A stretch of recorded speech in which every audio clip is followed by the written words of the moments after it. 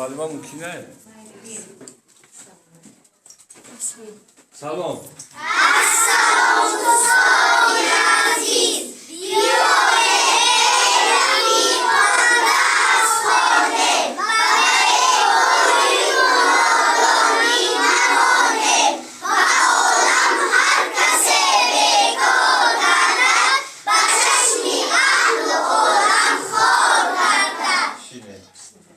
در همین صنفی که ما درس میکنم شرایط صنفی ما خیلی به نهایت تنگ هسته.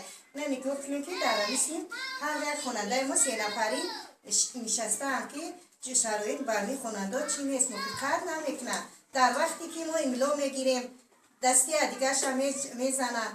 در بین فامیلای زیاده که دوی میگن که ما درست شدن نمیتونیم، نویسندن نمیتونیم. همین صنفی ما برمی اولاد مفکر نمیکنن. باید که در همین صنف شرایط نیسته.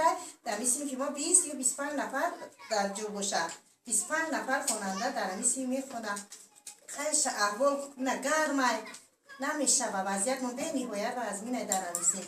اگر ما شما خواهش میکنیم التماس میکنیم که باشه یک صنفخانه دیگه یادم کنه صنفخانه ایلوگی دکا باید روزی امید آمدن تحصیل کنم وقتی خشکتی بخونن. مدرو ایمو دوی من خواهش میکنن که نمیشه معلومه می 2 نفری بشنانی و خیلی نمیشه و برای که صنفخانه تنگ است در یک صنف 30 تا 33 تا